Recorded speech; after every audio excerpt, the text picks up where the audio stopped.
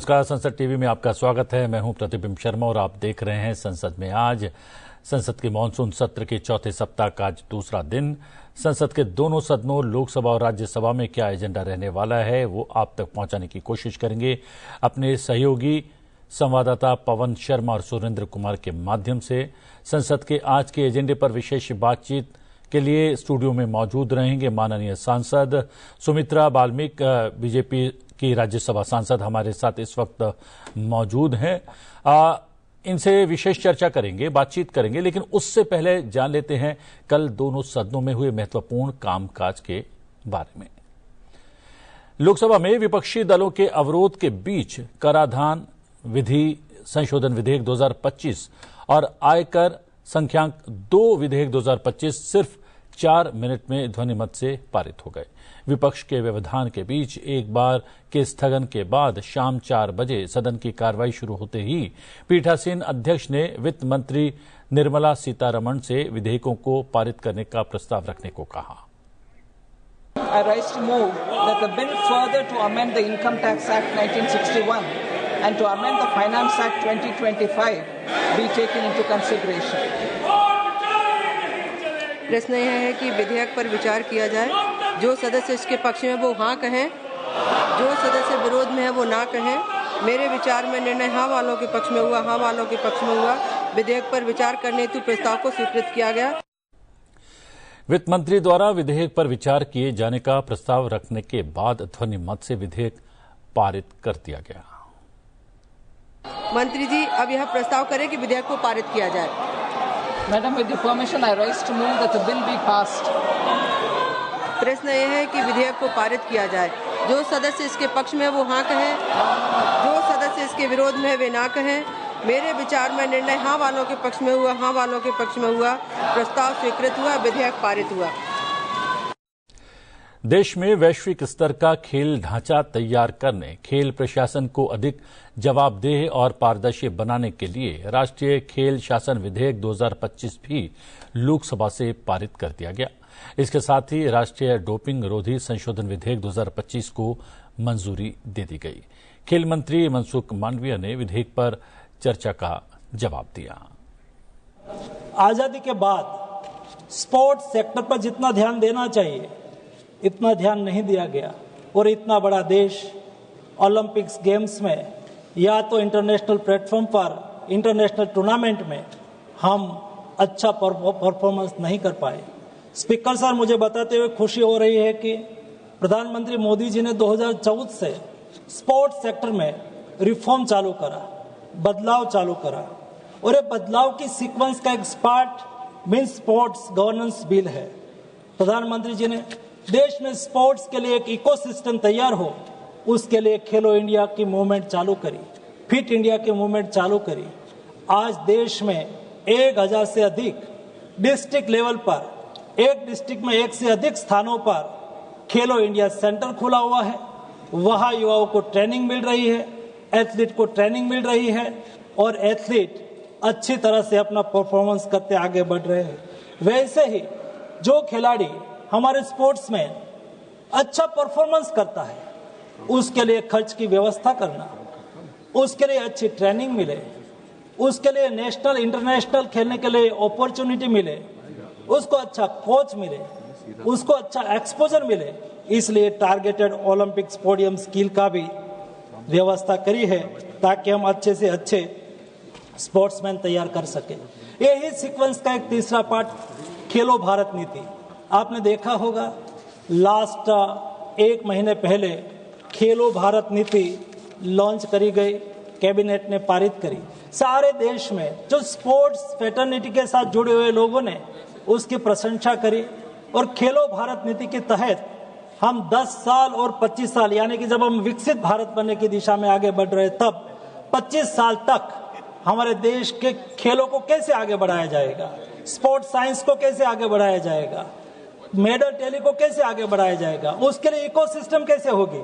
इस विषय पर एक विजन डॉक्यूमेंट के रूप में खेलो भारत नीति आज सारे देश में उसकी बहुत अच्छी सराहना हो रही है। यही सीक्वेंस का एक पार्ट है sports governance bill. Sports governance bill के लिए कई बार प्रयास करा गया भूतकाल में भी प्रयास हुआ और अभी वर्तमान समय में मोदी जी ने अच्छी बात कही है कि हमें इंटरनेशनल स्टैंडर्ड का वर्ल्ड क्लास बेस्ट एक्सीलेंस के साथ हमारी तैयारी होनी चाहिए। और जब आने वाले दिनों में भारत ओलंपिक्स के लिए बिड करने जा रहे हैं, वैसी स्थिति में भारत में स्पोर्ट्स इकोसिस्टम रोबस्ट हो, दुरुस्त हो, पारदर्शी हो, अकाउंटेबिलिटी वाली हो, उस दिशा के प्रयास का एक ये महत्वपूर्ण कदम है। और जब ओलंपिक्स की बात आती है, स्पोर्ट्स की बात आती है, तब इंटरनेशनल सेक्टर भी उसके साथ जुड़ जाता है, ओलंपिक काउंसिल भी उसके साथ जुड़ जाती है। ओलंपिक चार्टर के मुताबिक देश में भी हमारी रीति नीति कार्य प्रणाली बने, ये बहुत आवश्यक होता है और इसलिए ओलंपिक चार्टर को अलाइन करना वो भी हमारे लिए जरूरी होता है। वर्तमान समय में मोदी गवर्नमेंट है, मोदी जी की इच्छा शक्ति के आधार पर मोदी जी ने तय करा कि रिफॉर्म सीक्वेंस में आना चाहिए। अभी स्पोर्ट्स गवर्नेंस बिल के बाद 10 साल का देश का स्पोर्ट्स का विजन और 2047 10 साल में हमें दुनिया में 10वें क्रम तक पहुंचना है स्पोर्ट्स सेक्टर में। आने वाले 25 साल यानी कि जब देश आजादी का शताब्दी वर्ष मनाता हो तब हम दुनिया में 1 से 5वें क्रम में होना है और ये लक्ष्य को हासिल करने के लिए इस सीक्वेंस रिफॉर्म के पार्ट के रूप में ये बिल आज आपके सामने लाया गया है।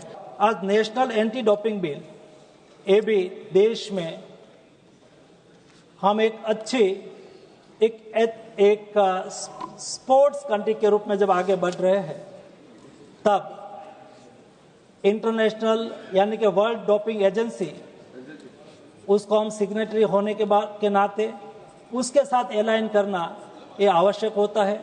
समय बदलता है, परिस्थिति बदलती है, विषय बदलता है। समय, परिस्थिति और विषयों के साथ जब वर्ल्ड डोपिंग एजेंसी नए नए नियम बनाती है, उसको अलाइन करना आवश्यक होता है। अलाइन करने के लिए हम नेशनल एंटी डोपिंग बिल में अमेंडमेंट भी लेके आए हैं। दोनों बिल पर सदन विचार करे और उसको पारित करे, यही अपेक्षा है। राज्यसभा की बात करें तो सोमवार को मणिपुर के बजट 2025-26 पर सामान्य चर्चा कल समाप्त हुई। वहीं मणिपुर माल और सेवा कर संशोधन विधेयक 2025 और मणिपुर विनियोग संख्यांक 2 विधेयक 2025 पर विचार के बाद इन्हें लोकसभा को लौटा दिया गया। लोकसभा इन विधेयकों को पहले ही मंजूरी दे चुकी है। Prime Minister Modi has ensured that Manipur's development does not suffer, but at the same time, the internally displaced people who are in the camps, some of them have gone back to their villages, many of them who are living in the camps should be given assistance, and that is why what we have provided for is worth mentioning. 2,898 crores for Manipur from Government of India is being factored in this budget. 2,898 crores.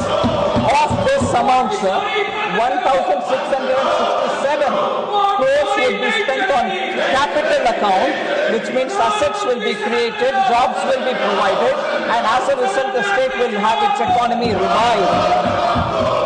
And 1,231 crores would be spent on revenue head. I would like to expand on this a bit. Additional allocation which is being given will support immediate requirements such as the internally displaced persons rehabilitation will get 523 crores so that people in the camps can be rehabilitated. Second, security related expenditure will be 542 crores. Deployment of the CAPF, Central Armed Police Force, is another 500 crores. So I think it is very important that these are taken on board. More important is the fact that for long-term sustainability of Manipur's public finance, Government of India is allowing Manipur to prepay its high interest loans. The loan burden on Manipur is being reduced by asking them to repay all those high interest loans.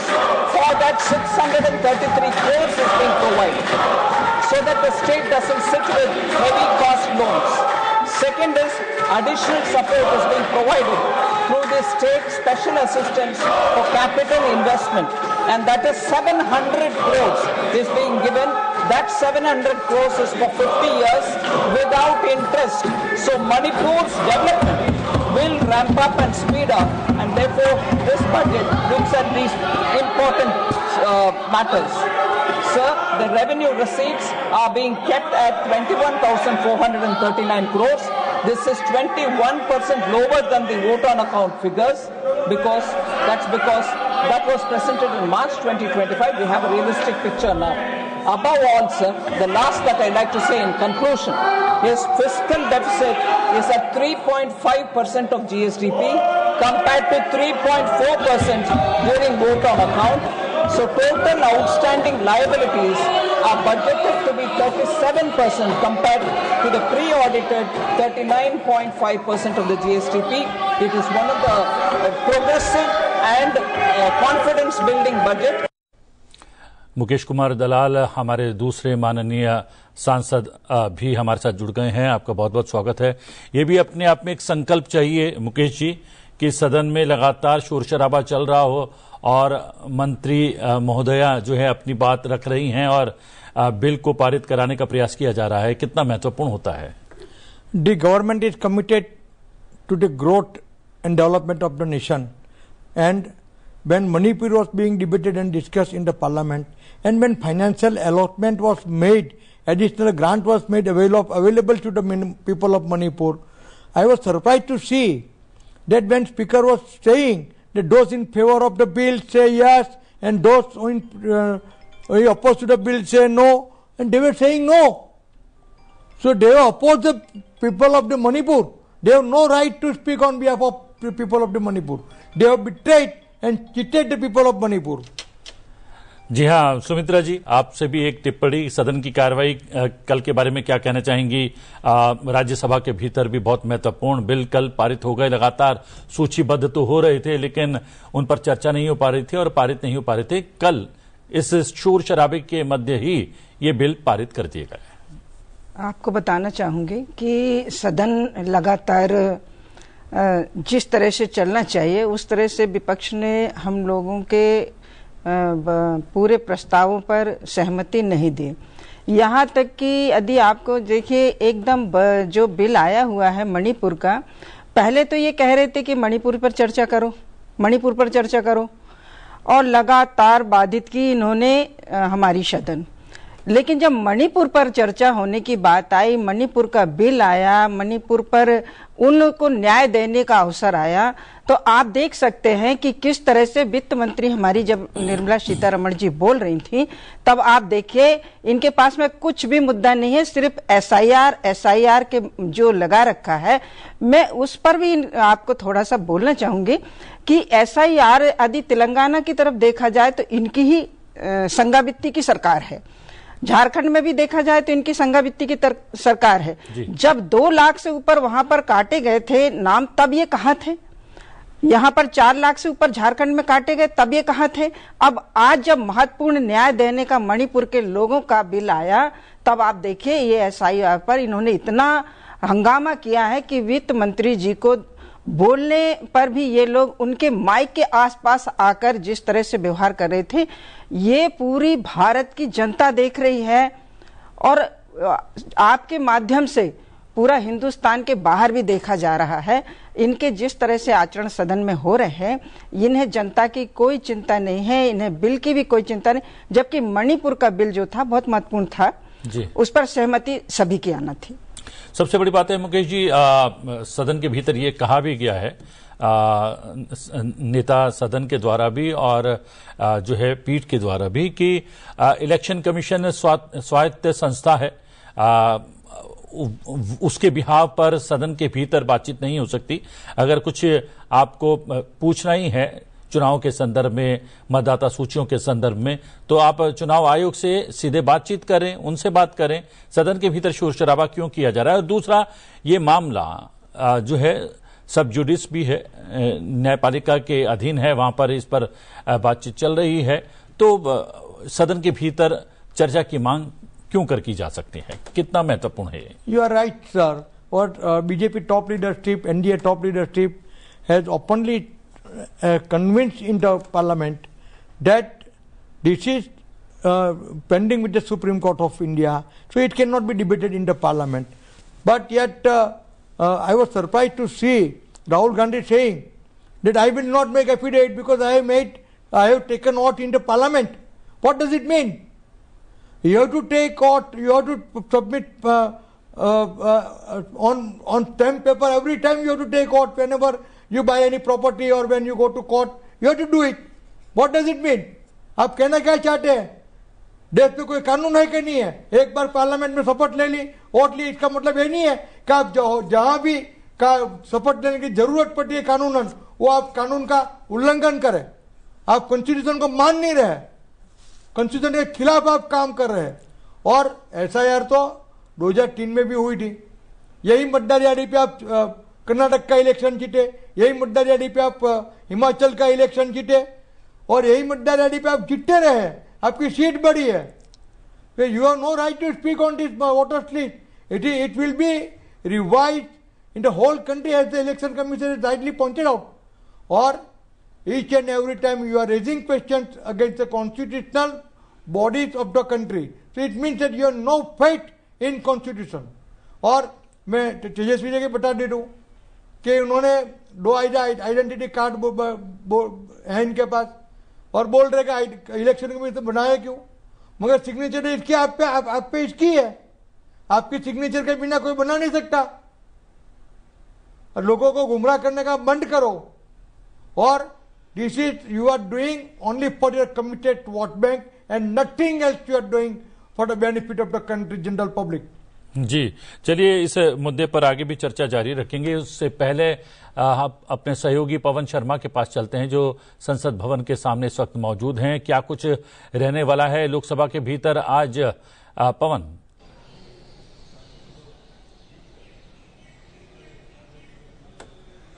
प्रतिबिंब, जैसा हमारे studio में बैठे मेहमान बता रहे हैं कि जो स्पेशल इंटेंसिव रिवीजन का मुद्दा है उसके कारण जो है अवरोध हुआ, कल हमने देखा भी, पर उसके बावजूद जो है अच्छी बात ये रही कि लोकसभा में बिल पास हुए. जैसा आपने बताया कि स्पोर्ट्स से संबंधित जो 2 बिल थे और एंटी डोपिंग का बिल है वो पास हुआ. तो हर एक दिन महत्वपूर्ण रहता है. और सबसे बड़ी बात क्या है कि जो वो है ये है कि प्रश्नकाल नहीं चल पा रहा है प्रतिबिंब. और ये आग्रह बार बार रहता है लोकसभा अध्यक्ष का सभी सदस्यों से, विपक्ष के सदस्यों से, कि आप अपने मुद्दे उठाइए, जो आपको कहना है वो सब उठाइए. पर प्रश्नकाल एक ऐसा समय होता है जब जो जनता के मुद्दे हैं वो सीधे सरकार से पूछे जाते हैं और सरकार को जवाब देना पड़ता है संसद में. तो ये हो नहीं रहा. और एक विशेष बात ये भी है कि जितने की प्रश्न है, सारे इंपॉर्टेंट प्रश्न हैं, वो विपक्ष के नेताओं की तरफ से रखे गए हैं. उन्हें पूछने हैं पर वो पूछ ही नहीं रहे हैं. तो वो SIR के मुद्दे को लेकर अपनी बात रखे. पर अगर मैं आज की बात करूं, लोकसभा में बात करूं, तो प्रश्नकाल में आज महत्वपूर्ण मुद्दे रहने वाले हैं. प्रश्न हैं बहुत सारे, 20 प्रश्न जैसे हम जानते रहते हैं. इसमें सबसे ज्यादा एग्रीकल्चर और फार्मर वेलफेयर से जुड़े 7 प्रश्न हैं, रूरल डेवलपमेंट से जुड़े 7 प्रश्न हैं, फिशरीज, एनिमल हस्बेंड्री और डेयरिंग से जुड़े हुए 2 प्रश्न हैं, सोशल जस्टिस और एम्पावरमेंट से जुड़े 2 प्रश्न हैं, और इसके साथ ही पंचायती राज से जुड़ा 1 प्रश्न है. ये सारे के सारे प्रश्न जो हैं एग्रीकल्चर, क्योंकि किसानों का देश है, 60 से 70% जो है वो किसान है देश के. सवाल कैसे इंपॉर्टेंट आप देखिए, ये बजट एलोकेशन अंडर प्रधानमंत्री ग्राम सड़क योजना, ये बजरंग मोहन सोनवने हैं, एनसीपी शरद गुट के सांसद हैं, उनकी तरफ से सवाल किया गया कि प्रधानमंत्री जो ग्राम सड़क योजना है, बहुत महत्वाकांक्षी योजना और बहुत सारे गांवों को जोड़ा गया है इससे, उससे संबंधित उनका प्रश्न है. गांव में सड़कों की स्थिति से जुड़ा हुआ प्रश्न है, बहुत महत्वपूर्ण प्रश्न है. इसके साथ ही एक जो प्रश्न है वो है कि जो प्रधानमंत्री आवास योजना के ग्रामीण के अंदर जो मनोज तिवारी की तरफ से सवाल है कि उसमें जो है आवास कैसे जो है बनाए जा रहे हैं, खासकर क्योंकि मनोज तिवारी दिल्ली से संबंध रखते हैं. तो दिल्ली में जो ये प्रधानमंत्री आवास योजना ग्रामीण है, जो दिल्ली के ग्रामीण क्षेत्र हैं, उसमें ये कैसी योजना है, वहां की क्योंकि शहरी भी गरीब लोग हैं, उनके लिए आवास कैसा है, तो उससे जुड़ा हुआ प्रश्न है, महत्वपूर्ण प्रश्न है. इसके साथ ही लखपति दीदी योजना, ये दिनेश भाई मकवाना है, अहमदाबाद वेस्ट के सांसद हैं, उनका ये सवाल है, ये लखपति दीदी योजना से जुड़ा सवाल है. इसके साथ ही ग्राम ऊर्जा स्वराज प्रोग्राम, इससे जुड़ा हुआ प्रश्न है. मणिकम टैगोर है कांग्रेस के सांसद, उनका ये सवाल है. प्रधानमंत्री जनजाति आदिवासी न्याय महाअभियान, पीएम जनमन जिसको कहते हैं उसके अंतर्गत कितना अलॉटमेंट हुआ है और उसकी स्थिति क्या है, उससे जुड़ा आदिवासी क्षेत्रों से जुड़ा महत्वपूर्ण सवाल है। Compensation to farmers of drought areas, जो सूखाग्रस्त क्षेत्र हैं उनके जो किसान हैं उनको कैसा कंपनसेशन मिल रहा है, उससे जुड़ा हुआ सवाल है। मिलेट कल्टीवेशन, क्योंकि मिलेट का अभियान भारत सरकार चलाती है, तो मिलेट कल्टीवेशन और प्रोडक्शन उसकी कैसी स्थिति है, तो ये बड़े महत्वपूर्ण सवाल हैं और सीधे जनता से जुड़ते हैं। इसके साथ ही क्योंकि पेपर ले होता है प्रतिबिंब उसके बाद, तो पेपर ले में 6 मंत्री आज जो है पेपर ले करेंगे उसके साथ। इसके अलावा पब्लिक अंडरटेकिंग्स और पब्लिक अकाउंट्स कमेटी, इसके साथ नेचुरल गैस और पेट्रोलियम, कोल, माइन, स्टील, कॉमर्स, इससे रिलेटेड जितनी कमेटियां हैं उनको अपनी रिपोर्ट रखते हैं, तो उसके जो चेयरमैन हैं वो अपनी रिपोर्ट रखेंगे। ये लोकसभा होना, और उसके बाद 2 बिल लिस्टेड है प्रतिबिंब आज। एक पहला बिल है द इंडियन पोर्ट्स बिल 2025 और दूसरा है the mines and minerals development and regulation amendment bill 2025। जो पहला बिल है प्रतिबिंब अगर बात करूं इंडियन पोर्ट्स की, तो 1908 का बंदरगाह अधिनियम है, सिर्फ अधिनियम है, और उसको अब जाके 2025 में इसको बिल लेके प्रॉपर बिल लाया जा रहा है। इसमें मेन मुद्दा जो है प्रतिबिंब वो ये है कि भारत में अगर मैं पोर्ट्स की बात करूं तो सिर्फ 12 मेजर पोर्ट्स हैं, और उसमें अगर माइनर कार्गो पोर्ट्स है उनकी संख्या 66 है, और जो फिशिंग पोर्ट है उनमें 151 पोर्ट्स हैं। तो जो विदेशों से माल आता है उसका सिर्फ 75% जो है वो विदेशी जो पोर्ट्स है उस पर भारत आज की स्थिति में भी निर्भर है। उस निर्भरता को कम करने के लिए भारतीय पोर्ट्स में ये चीजें बढ़े, और जो स्टेट लेवल के पोर्ट्स हैं वहां पे सुविधाएं हों, तो इसलिए इस बिल में प्रावधान किया गया है कि मैरीटाइम स्टेट डेवलपमेंट काउंसिल बने और इसके साथ ही स्टेट मैरीटाइम बोर्ड्स बने, और जो इनका विवाद भी हो जाते हैं पोर्ट्स को लेकर मुद्दे, उसके लिए भी एक स्टेट लेवल की ट्रिब्यूनल बनाने का प्रावधान इस बिल में है। तो बहुत महत्वपूर्ण बिल है, क्योंकि भारत जो है बंदरगाहों की स्थिति भी देश में जो है वो उसमें आत्मनिर्भर बने भारत, उस तरफ ही ये है। और जो दूसरा बिल है वो माइंस और मिनरल्स डेवलपमेंट और रेगुलेशन अमेंडमेंट बिल जो है, ये जो है खनिज संबंधी जो चीजें हैं उसके खनन से संबंधी जो चीजें हैं और उससे संबंधित ये बिल है, उसमें भी रेगुलराइजेशन की बातें हैं। उसमें मेन मुद्दा ये है कि इसमें एक शब्द जोड़ा जा रहा है विकास। 2023 में इससे जुड़ा हुआ जो विधेयक था वो पास किया गया था, उसमें डेवलपमेंट वर्ड है, तो इसलिए इस विधेयक में नाम किया जा रहा है अन्वेषण, अधिग्रहण एवं विकास। तो इस विकास शब्द को इस जो बिल में जोड़ा जा रहा है, और खनिज श्रृंखला जो है भारत में उसको रेगुलराइज करना, और उसके साथ ही खनिजों के कच्चे माल की उपलब्धता जो संबंधी मुद्दे हैं उनको रेगुलराइज करना, इसका जो है ये मेन जो है इस बिल का जो है वो मुद्दा है खनिज से संबंधित। और इससे संबंधित एक बहुत ही आपने जो है विस्तार से जानकारी उपलब्ध करवाई। क्या कुछ कल सदन के भीतर रहा, आज क्या कुछ रहने वाला है, जानकारी उपलब्ध करवाने के लिए बहुत बहुत धन्यवाद। बातचीत करें अपने दोनों माननीय सांसदों से, उससे पहले ग्राफिक के माध्यम से जान लेते हैं आज दोनों सदनों के सूचीबद्ध कार्यों के बारे में। सबसे पहले जान लेते हैं लोकसभा के कार्यों के बारे में। लोकसभा में विधायी कार्यों के बारे में राज्यसभा से प्राप्त संदेश की सूचना दी जाएगी। केंद्रीय मंत्री शिवराज सिंह चौहान आईजीएन डीपीएस के लाभार्थियों के संबंध में पूछे गए तारांकित प्रश्न के उत्तर में शुद्धिकरण किए जाने पर अपना वक्तव्य देंगे। वाणिज्य एवं उद्योग मंत्रालय में राज्य मंत्री जितेंद्र प्रसाद संबंधित मंत्रालय की स्थायी समिति के प्रतिवेदन में शामिल सिफारिशों के कार्यान्वयन के संबंध में अपना वक्तव्य देंगे। कृषि एवं किसान कल्याण मंत्रालय में राज्य मंत्री रामनाथ ठाकुर संबंधित मंत्रालय की स्थायी समिति के प्रतिवेदन में शामिल सिफारिशों के कार्यान्वयन के संबंध में अपना वक्तव्य देंगे। पतन, पोत, परिवहन और जलमार्ग मंत्री सर्बानंद सोनोवाल भारतीय पतन विधेयक 2025 को आगे विचार तथा पारित किए जाने के लिए प्रस्तावित करेंगे। खान मंत्री जी किशन रेड्डी खान और खनिज विकास और विनियमन अधिनियम 1957 को और संशोधित करने वाले विधेयक खान और खनिज विकास और विनियमन संशोधन विधेयक 2025 को विचार तथा पारित किए जाने के लिए प्रस्तावित करेंगे। राज्यसभा की बात करें तो वित्त मंत्रालय में राज्य मंत्री पंकज चौधरी संबंधित मंत्रालय की संसदीय स्थायी समिति के प्रतिवेदन में शामिल सिफारिशों के कार्यान्वयन के संबंध में अपना वक्तव्य देंगे। कॉर्पोरेट कार्य मंत्रालय में राज्य मंत्री हर्ष मल्होत्रा संबंधित मंत्रालय की संसदीय स्थायी समिति के प्रतिवेदन में शामिल सिफारिशों के कार्यान्वयन के संबंध में अपना वक्तव्य देंगे। उपभोक्ता मामले, खाद्य एवं सार्वजनिक वितरण मंत्रालय में राज्य मंत्री निमुबेन जयंतीभाई बाभणिया संबंधित मंत्रालय की संसदीय स्थायी समिति के प्रतिवेदन में शामिल सिफारिशों के कार्यान्वयन के संबंध में अपना वक्तव्य देंगी। युवा कार्यक्रम एवं खेल मंत्री डॉक्टर मनसुख मांडविया प्रस्ताव करेंगे कि राष्ट्रीय खेल शासन विधेयक 2025 पर लोकसभा से पारित रूप में विचार तथा पारित किया जाए। इसके साथ ही राष्ट्रीय डोपिंग रोधी संशोधन विधेयक 2025 भी लोकसभा से पारित रूप में विचार तथा पारित किए जाने के लिए प्रस्तावित किया जाएगा। दोनों ही विधेयक चर्चा के लिए साथ लिए जाएंगे। कल की तो हम लोग बात कर ली मुकेश जी, और बहुत महत्वपूर्ण बिल कल पारित हो गए हैं। आज भी 2 बिल जो हैं सूचीबद्ध हैं। क्या संभावनाएं लगती हैं इन दोनों विधेयकों को लेकर? You see, the kind of behavior and attitude the opposition has shown throughout this session, I have no hope that session will run even today. Nevertheless, Narendra Modi is committed to the growth and development of the country. Country cannot be at the mercy of this opposition. So the bills have to be passed without debate, with debate. With debate, it is okay. And if you are not prepared to debate the bill, there is no way for the government but to go ahead with whoever are present and whoever want to speak on the bill. Bill will be debated in the parliament and will be passed regardless of whatever you however you behavior in the parliament, whether you oppose in the parliament or whether you shout in the parliament. I think the bill should go through in the interest of the nation.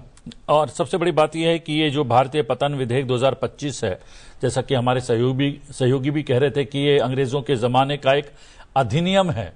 वो अधिनियम अब इतने वर्षों के बाद, यानी कि अब आजादी के लगभग 8 दशक पूरे होने को हैं, आजादी के 8 दशकों के बाद अब ये अधिनियम विधेयक बनकर जो है सदन के भीतर आया है। और इसे पारित होना इसलिए भी जरूरी है कि समुद्र के क्षेत्र में भारत शक्तिशाली हो। Sir, Congress and UPA government has no time to do such things. All reforms have to be done by Narendra Bhai Modi ji. They had no time to change the law. They had no time to make new bills, formulate new bills in the interest of the nation. Simply, they had time to make money and only go for corruption and to divide the country into communal line. Now, sir, this port bill is very important in view of the fact that ports play a very key role in the development of the nation.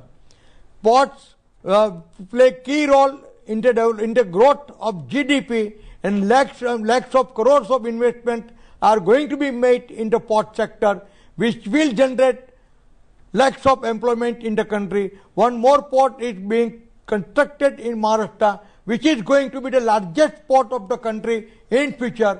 But if such bills are not passed, how the infrastructure, how the aids of business, doing business will be made in the country? They have no responsibility towards the country. They have no accountability towards the country.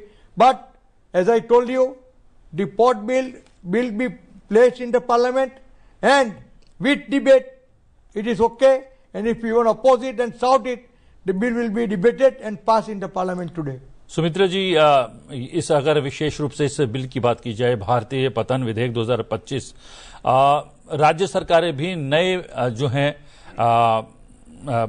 पोत को लेकर जो हैं वो काफी जो हैं उत्साहित रहते हैं। और हमने देखा कि अभी एक बंदरगाह का निर्माण हो गया है। उसका उद्घाटन करने के लिए प्रधानमंत्री नरेंद्र मोदी पिछले दिनों केरल पहुंचे थे। वहां पर केरल के मुख्यमंत्री भी मौजूद थे। तो जब इस तरीके का विकास होता है तो राज्य सरकारों को भी सीधे तौर पर लाभ होता है। वहां पर भी जो है एम्प्लॉयमेंट जनरेट होता है, उनका जो है बिजनेस और व्यवसाय में जो है बढ़ोतरी होती है।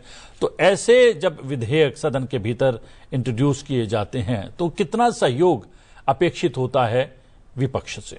देखिए, मैं आपको बताना चाहती हूं कि जिस तरह से माननीय हमारे मंत्री सोनेवाल जी इस विधेयक को रख रहे थे राज्यसभा में, तब आप देख सकते हैं कि कितनी गंभीरता से विपक्ष के कांग्रेस गठबंधन जो बैठे हुए हैं वहां पर जिम्मेदारी के साथ उन्होंने इस बात को बिल्कुल नज़रअंदाज किया।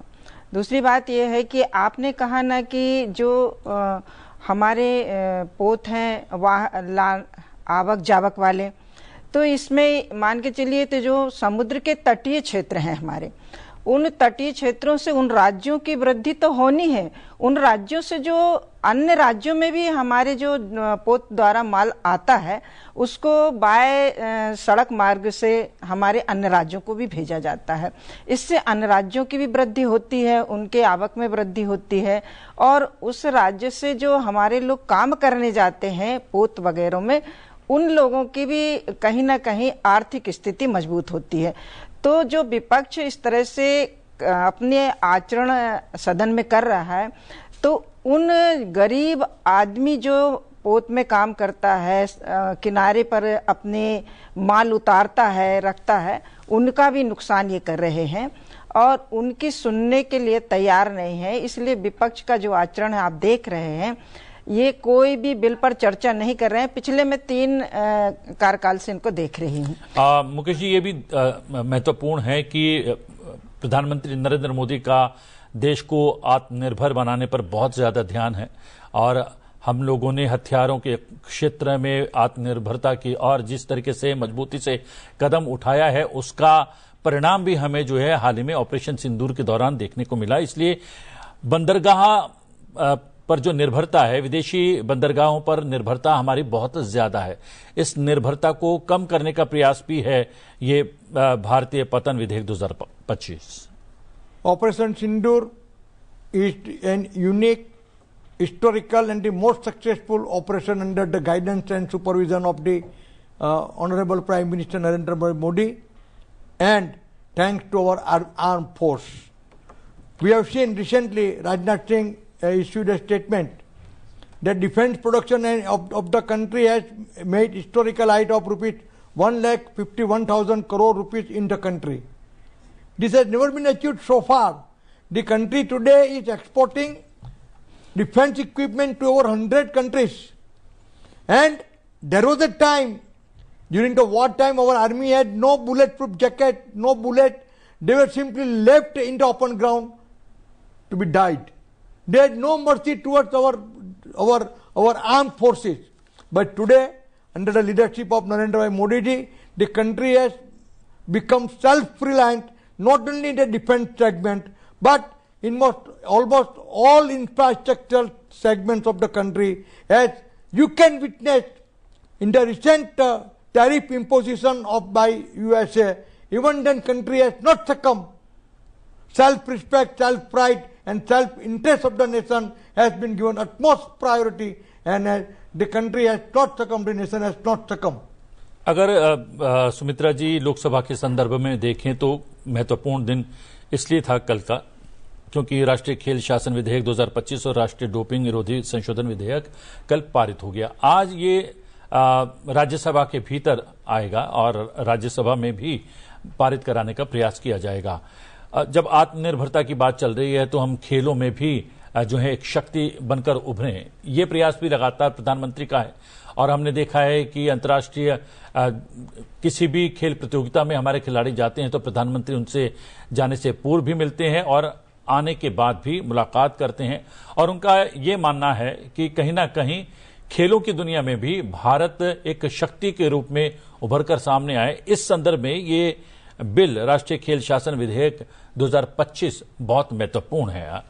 किस रूप से देखते हैं आप? माननीय प्रधानमंत्री जी 2014 से जब से उन्होंने शपथ ली है, तो मैं जहां तक अपने राजनीतिक कैरियर के हिसाब से उनको देख रही हूं कि उन्होंने खेल को बढ़ावा देने के लिए सांसद खेलो कार्यक्रम भी रखा, ताकि जो सांसद जिस डिस्ट्रिक्ट से आते हैं उस क्षेत्रों में भी हमारी वो प्रतिभाएं हैं जो बाहर नहीं आ पाती हैं, तो सांसदों के माध्यम से जिले में खेलकर, फिर स्टेट में खेलकर और फिर इंडिया में शामिल हों। इस तरह का माननीय प्रधानमंत्री जी ने विजन चलाया है और लगातार आप देख रहे हैं कि ये 5 वर्षों से हमारे सांसद खेलो इंडिया का कार्यक्रम हर जिलों में भी रख रहे हैं और प्रतिभाएं निकल रही हैं। प्रधानमंत्री की मंशा ये है कि अन्य राष्ट्रों की तरह हमारा राष्ट्र भी खेल के मैदान में बहुत आगे बढ़े। और अभी हाल में ही आपने देखा होगा कि पिछले उसमें जब विदेशों में खेल हुए तो वहां पर सबसे ज्यादा हमारे खिलाड़ियों ने, चाहे आप शतरंज के उसमें देखें, चाहे आप धनुष के उसमें देखें, सभी चीज में खेल की प्रतिभाएं आगे बढ़ रही हैं जी। और ये हमारी भारत के लिए स्वर्णमय भारत है ये हमारा। ये प्रधानमंत्री जितना निजी तौर पर खेलों पर ध्यान देते हैं उसका परिणाम भी देखने को मिल रहा है मुकेश जी, कहीं ना कहीं। और देख रहे हैं कि अलग अलग प्रतियोगिता में भारतीय खिलाड़ी बहुत अच्छा प्रदर्शन कर रहे हैं और एक शक्तिशाली राष्ट्र का भी पैमाना बन गया है खेल प्रतियोगिताएं। इसलिए अंतर्राष्ट्रीय प्रतियोगिताएं भारत में आयोजित हों, इसका भी प्रयास किया जा रहा है और अंतर्राष्ट्रीय खेल प्रतियोगिता में भारत के खिलाड़ी बेहतरीन प्रदर्शन करें, उसका प्रयास भी लगातार किया जा रहा है। और इस प्रयास को, क्योंकि हाल ही में नई खेल नीति भी इंट्रोड्यूस की गई है और उस नई खेल नीति को किस तरीके से कार्यान्वित करना है और खेलों की दुनिया में और बेहतर प्रदर्शन कैसा करना है और आधारभूत ढांचे को, खेल से जुड़े हुए आधारभूत ढांचे को कैसे मजबूत करना है, इसलिए भी ये राष्ट्रीय खेल शासन विधेयक 2025 बहुत महत्वपूर्ण हो जाता है। Sir, 2 bills, sports bill to be presented by Honorable Sports Minister Mr. Mansukh Mandavia today in the Parliament are of utmost importance to the nation in the sector of sports. India is becoming superpower in the field. You look at the participation of our players in international events. Even if you look at the tally of medals India received during the NDA regime and during Modi regime are quite different, and we are it is almost double and triple and 4 times than the tally in the NDA government. Apart from that, women's participation in sports has increased. Only recently we have seen that 2 daughters of India were playing each against in international chess games, and our Divya Deshmukh, our daughter Divya Deshmukh became champion in the world. It is amazing, and the kind of infrastructure that is being created in the country through Khelo India scheme and other schemes is amazing. The country is preparing for the 2036 Olympic. The country has organized so many international events successfully during the past decade. And you look at the NDA regime, nothing doing. One person, one leader of the Congress was made almost all lifetime chairman of one sport association, and apart from large biggest charges of corruption against him. See, this is the position of NDA, this is the position of UPA. You can compare it. Quite different. चलिए, आप दोनों माननीय सांसदों को संसद की कार्यवाही में सम्मिलित होने के लिए जाना पड़ेगा। सुमित्रा जी, आखिरी आपकी टिप्पणी, क्या कुछ आज संसद के भीतर विशेष रूप से राज्यसभा में होता हुआ देख रही हैं आप? जी, संसद में तो देखिए आप, हमारी जो बिल थे वो तो पास होंगे, क्योंकि जनता को हम लोग अंधेरे में हमारी सरकार नहीं रख सकती। प्रधानमंत्री जी ने जो मिशन तैयार किया है कि जनता के हितों से हम कोई समझौता नहीं करेंगे। और आप देखेंगे कि आज जो कल बिल 3 पास हुए हैं, एक तो गोवा का बिल कल पास हुआ है, माननीय हमारे कानून मंत्री अर्जुन मेघवाल जी ने रखा था, वो गरीबों का था, अनुसूचित जाति का, जनजाति का, वो भी बिल कल पास हुआ है। और आज भी जितने बिल आएंगे बहुमत से पास होंगे, क्योंकि ये सर्वसम्मति से बिल पास इसलिए नहीं हो पाएंगे क्योंकि विपक्ष भाग रहा है सदन से, उसके पास कोई मुद्दे नहीं है, इसलिए सर्वसम्मति से ना होकर बहुमत से हमारे बिल पास होंगे, क्योंकि जनता के हितों की रक्षा करना प्रधानमंत्री जी का विजन है। आपका दोनों का बहुत बहुत धन्यवाद, आपने समय निकाला और आज के एजेंडे पर और कल क्या कुछ सदन के भीतर हुआ उस पर विशेष बातचीत की। सीधा करते हैं अपने सहयोगी सुरेंद्र कुमार का और उनसे जान लेते हैं राज्यसभा के भीतर आज कुछ क्या विशेष रहने वाला है। सुरेंद्र।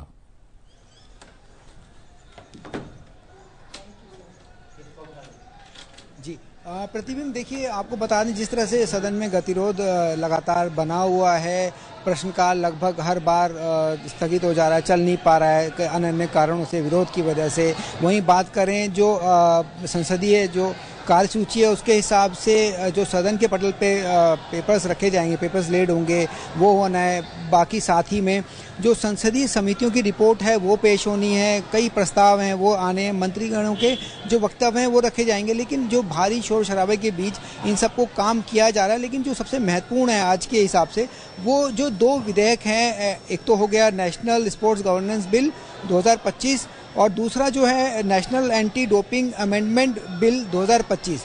सबसे पहले हम बात कर लेते हैं इन दोनों बिलों की। जो एंटी डोपिंग बिल है, ये अमेंडमेंट है, इसमें ये 2022 का मूल जो कानून था उसमें बदलाव किया जाएगा, क्योंकि वाडा ने जो नेशनल एंटी डोपिंग हमारा बिल था उसके अकॉर्डिंग जो प्रावधान थे उसमें 2 सदस्य सरकार नामित करती जो उसको संचालित करते, तो जिसके हिसाब से वाडा ने उसको खारिज कर दिया था। तो 2025 में इस बिल को फिर से अमेंडमेंट के तौर पे लाया गया और लोकसभा से इसे पारित भी करा दिया गया। इस बिल की हम बात करें तो इसके तहत जो है जो सरकार को अधिकार मिलेगा नेशनल एंटी डोपिंग बोर्ड बनाने का, और साथ ही हम बात करें इस बोर्ड के माध्यम से किस तरह से ये संचालित करेगा। इसमें इस बिल के जो बोर्ड है वो अधिकार दिए गए हैं उसको, कई उस अधिकारों के तहत वो करेगा। लेकिन जो इसमें उसके अधिकार सीमित किए गए हैं, जिसमें वो उसको जांच का अधिकार था, कुछ सलाह देने का अधिकार था, उसको सीमित किया गया है। वहीं हम बात करें नेशनल एंटी डोपिंग जो कानून की है वो आज राज्यसभा में आ जाएगा। वहीं दूसरा जो बिल है नेशनल स्पोर्ट्स गवर्नेंस बिल, इसकी अगर हम बात करें तो ये कई लंबे समय से कोशिश की जा रही थी बिल आए। 1975 में पहली इसकी कोशिश की गई बिल को लाने की, लेकिन वो नहीं हो पाया। 1985 में पहला ड्राफ्ट बना। वहीं हम बात करें 2011 की, तो 2011 में इस बिल से संबंधित जो है खेलों की दुनिया को बढ़ाने के लिए इसमें खेल संहिता की जो ज़रूरत थी उसको लाया गया, लेकिन बावजूद ये लगातार लटका रहा। 2025 में जो ये कानून बन रहा है, इसका मुख्य उद्देश्य है देश को अंतर्राष्ट्रीय स्तर के खेलों में विकसित करना। जो हमारा एक उद्देश्य है 2036 के ओलंपिक में की दावेदारी का, तो उसके लिए भी हमें अपने खेलों को सशक्त बनाना होगा। देश के अलग अलग स्पोर्ट्स के जो जिस तरह से प्रधानमंत्री मोदी अलग अलग खेलों को लगातार बढ़ावा देते आ रहे हैं, उसको इसमें मिलेगी, मजबूती मिलेगी। अगर हम बात करें, महत्वपूर्ण बात जो ये है वो ये है जो BCCI है उसको भी खेल प्राधिकरण का दर्जा दिया जाएगा, जो कि खेल प्रशासन जो है अंतर्राष्ट्रीय स्तर के उसके अकॉर्डिंग BCCI को भी संचालित करेगा। BCCI को भी अब हर साल चुनाव करा के अपना मान्यता लेनी पड़ेगी खेल बोर्ड से। इसमें 2 चीज़ें मैं इंपॉर्टेंट बता देता हूं आपको। एक तो है विधेयक पारित होने के बाद नेशनल स्पोर्ट्स बोर्ड का गठन किया जाएगा, और साथ ही इसके बाद होगा नेशनल खेल प्राधिकरण यानी कि नेशनल स्पोर्ट्स ट्रिब्यूनल के पास जो अधिकार होंगे वो लगभग कोर्ट के मुताबिक होंगे। जो कोर्ट के अधिकार होते हैं उसके बराबर के कानून होंगे, जिसमें वो खिलाड़ियों के चयन की बात करें, चुनाव की बात करें और विवादों के निपटारे की बात करें, उसका उसके पास अधिकार होगा। साथ ही जो प्रशासन की अधिकतम जो उम्र है, इसमें जितने प्रशासक खेल बोर्ड में रखे जाते हैं उसकी जो अधिकतम उम्र थी वो 70 साल थी, उसको बढ़ा के 75 साल कर दिया गया है इस कानून में। अब ये राज्यसभा में पास होना है। वहीं हम बात करें BCCI का, हमने बताया 2028 में जो ओलंपिक होना है उसमें क्रिकेट भी होगा, तो ऐसे में BCCI को इसके तहत लाना बेहद ही इम्पोर्टेंट कदम है, जिसके माध्यम से 2036 का जो हमारा ओलंपिक होना है, भारत में होना है, उसके लिए हम दावेदारी को पेश कर पाएंगे। खेल के अलग अलग जो आयाम है उसको हम अंतर्राष्ट्रीय स्तर का बना पाएंगे। खेल मंत्री ने भी इसको कहा, कितने सालों से खेलों को जो ओलंपिक की बात करें या एशियन गेम्स की, कॉमनवेल्थ की, उन सब में जो भारतीय खिलाड़ी हैं लगातार कोशिश कर रहे हैं बेहतर करने की और अच्छा कर भी रहे हैं। लेकिन जो सरकार की सरकार के स्तर पर पहले बहुत ज्यादा ध्यान नहीं दिया गया। खेल मंत्री ने साफ तौर पर सदन के भीतर ये बात कही। सुरेंद्र, आपने बहुत विस्तार से जानकारी उपलब्ध करवाई, बहुत बहुत धन्यवाद। लोकसभा की शुरुआत प्रश्नकाल से होगी। आइए जानते हैं आज लोकसभा में प्रश्नकाल के दौरान किन मंत्रालयों से संबंधित कौन कौन से तारांकित प्रश्न पूछे जाएंगे। भीलवाड़ा से राष्ट्रवादी कांग्रेस पार्टी शरद चंद्र पवार के सांसद बजरंग मनोहर सुनावड़े ग्रामीण विकास मंत्री से प्रश्न करेंगे कि क्या सरकार ने वित्तीय वर्ष 2025-26 के लिए ग्रामीण क्षेत्र में प्रधानमंत्री ग्राम सड़क योजना के अंतर्गत सड़क निर्माण के लिए आवंटित बजट में वृद्धि की है। यदि हां तो तत्संबंधी ब्यौरा क्या है और वर्ष 2025-26 के दौरान महाराष्ट्र के बीड लोकसभा निर्वाचन क्षेत्र सहित चिन्हित सड़कों और स्थानों का ब्यौरा क्या है। बाराबंकी उत्तर प्रदेश से भारतीय राष्ट्रीय कांग्रेस के सांसद तनुज पुनिया ग्रामीण विकास मंत्री से ग्रामीण सड़कों की मरम्मत से जुड़ा हुआ प्रश्न करेंगे। क्या पिछले वर्ष क्षतिग्रस्त हुई ग्रामीण सड़कों की मरम्मत में देरी हुई है? यदि हुई है तो विशेष रूप से बाराबंकी लोकसभा क्षेत्र सहित तत्संबंधी ब्यौरा क्या है? क्या इस संबंध में प्रभावित समुदायों से शिकायतें प्राप्त हुई हैं? यदि हुई हैं तो तत्संबंधी ब्यौरा क्या है और उन पर क्या कार्रवाई की गई है? और सरकार सड़कों की मरम्मत की गुणवत्ता की जांच किस प्रकार करती है और आवंटित धनराशि का उचित उपयोग कैसे सुनिश्चित करती है? राजमहल झारखंड से झारखंड मुक्ति मोर्चा के सांसद विजय कुमार हांसदा सामाजिक न्याय एवं अधिकारिता मंत्री से दिव्यांगजनों के सशक्तिकरण हेतु योजनाओं से जुड़ा हुआ प्रश्न करेंगे और जानना चाहेंगे कि नवीनतम अनुमानों के अनुसार अनुसूचित जाति वर्ग के दिव्यांगजनों सहित सशक्त किए गए दिव्यांगजनों की कुल संख्या श्रेणीवार और राज्यवार कितनी है और उनके सशक्तिकरण के लिए सरकार द्वारा कार्यान्वित योजनाओं का ब्यौरा क्या है।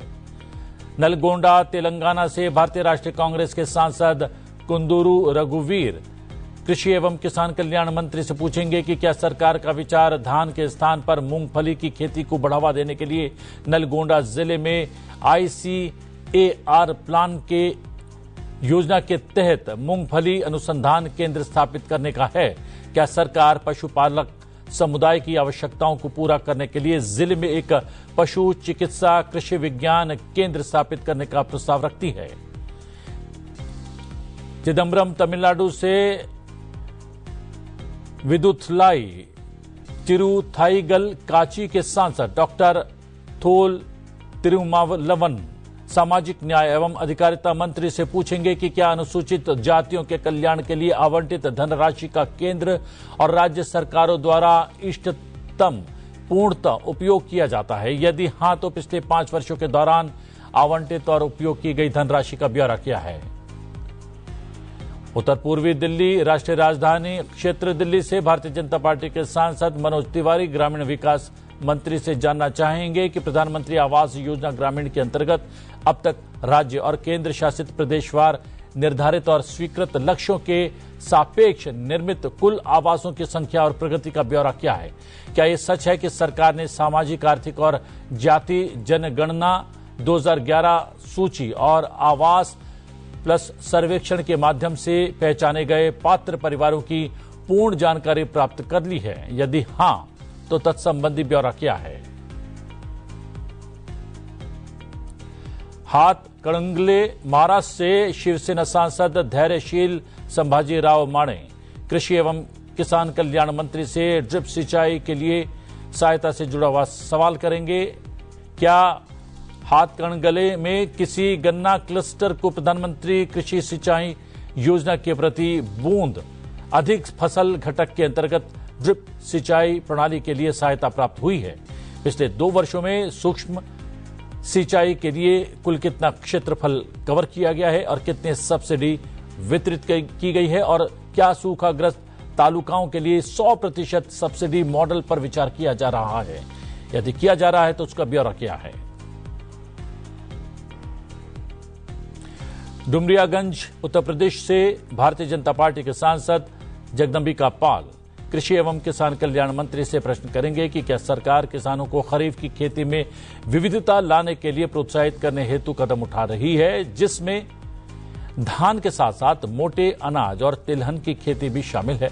यदि ऐसा है तो खरीफ मौसम के दौरान विशेष रूप से उत्तर प्रदेश में मोटे अनाज, श्री अन्न और तिलहन की खेती को बढ़ावा देने के लिए उपलब्ध योजनाओं या प्रोत्साहनों का ब्यौरा क्या है।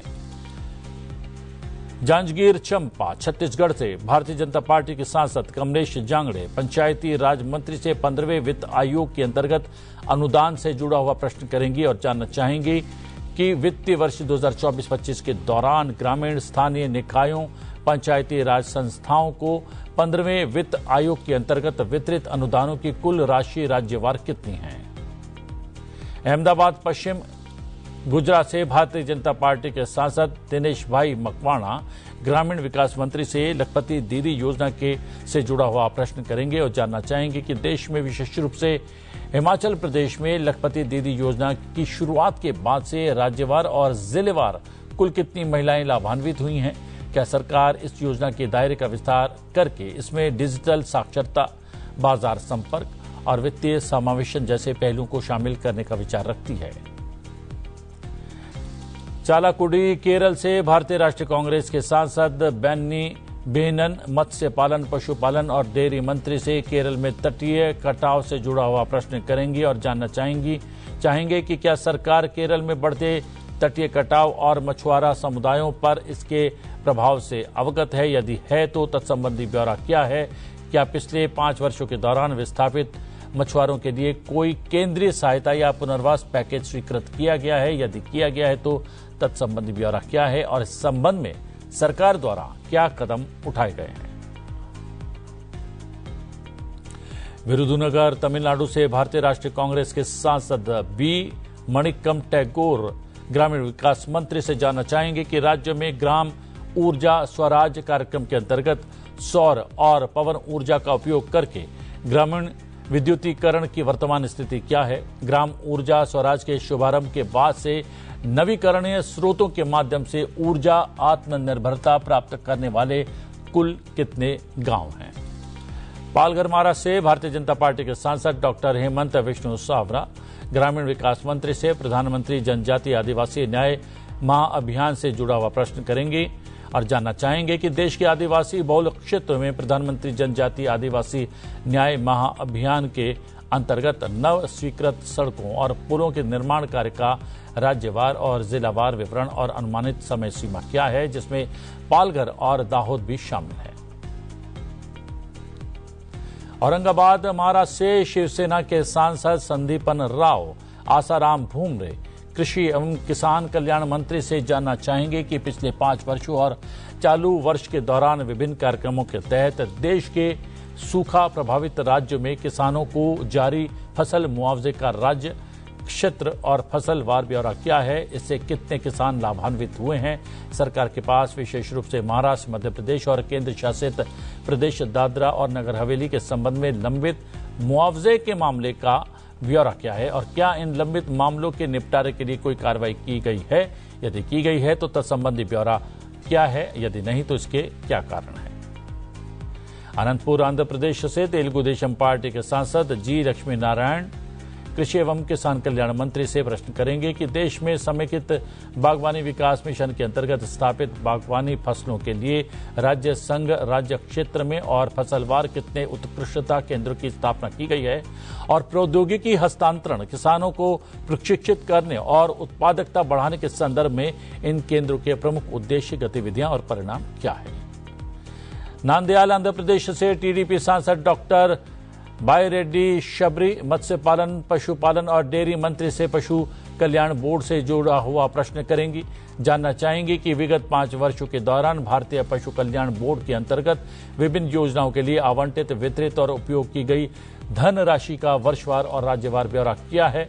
विगत 5 वर्षों के दौरान पशु कल्याण संगठनों और गौशालाओं द्वारा स्वीकृत और प्राप्त धनराशि का ब्यौरा क्या है और इन योजनाओं के अंतर्गत धनराशि के उपयोग की राज्यवार स्थिति क्या है? शिमला हिमाचल प्रदेश से भारतीय जनता पार्टी के सांसद सुरेश कुमार कश्यप ग्रामीण विकास मंत्री से प्रश्न करेंगे कि क्या सरकार ने उन उद्देश्यों को प्राप्त कर लिया है जिनके लिए दीनदयाल उपाध्याय ग्रामीण कौशल योजना शुरू की गई थी? यदि हां तो तत्संबंधी ब्यौरा क्या है? पिछले 3 वर्षों और चालू वर्ष के दौरान प्रशिक्षित और नियोजित युवाओं की राज्यवार और जिलावार कुल संख्या कितनी है? कल्याण महाराष्ट्र से शिवसेना के सांसद डॉक्टर श्रीकांत एकनाथ शिंदे कृषि एवं किसान कल्याण मंत्री से श्री अन्न की खेती और उत्पादन से जुड़ा हुआ प्रश्न करेंगे। पिछले 5 वर्षों के दौरान श्री अन्न के अंतर्गत कृषि क्षेत्र उत्पादन और उत्पादकता के तथा विभिन्न सरकारी योजनाओं के अंतर्गत श्री अन्न की मूल्य श्रृंखला में सहायता प्रदान करने वाले किसान उत्पादक संगठनों और कृषि उद्यमियों का राज्यवार और वर्षवार ब्यौरा किया है। पश्चिम दिल्ली राष्ट्रीय राजधानी क्षेत्र दिल्ली से बीजेपी सांसद कमलजीत सहरावत सहकारिता मंत्री से विश्व की सबसे बड़ी सहकारी खाद्यान्न भंडारण योजना से जुड़ा हुआ प्रश्न करेंगी और जानना चाहेंगी कि सरकार द्वारा शुरू की गई विश्व की सबसे बड़ी सहकारी खाद्यान्न भंडारण योजना का ग्रामीण क्षेत्रों में रोजगार सृजन पर क्या संभावित प्रभाव पड़ेगा और साथ ही देश के सकल घरेलू उत्पाद में प्राथमिक कृषि ऋण समितियों की क्या भूमिका है। सुपौल बिहार से जनता दल यूनाइटेड के सांसद दिलेश्वर कामेत कृषि एवं किसान कल्याण मंत्री से किसानों में कौशल विकास से जुड़ा हुआ प्रश्न करेंगे और जानना चाहेंगे कि सरकार द्वारा विशेषकर बिहार में कृषि एवं संबद्ध क्षेत्रों किसानों में कौशल विकास को बढ़ावा देने के लिए क्रियान्वित की जा रही योजनाओं का ब्यौरा किया है।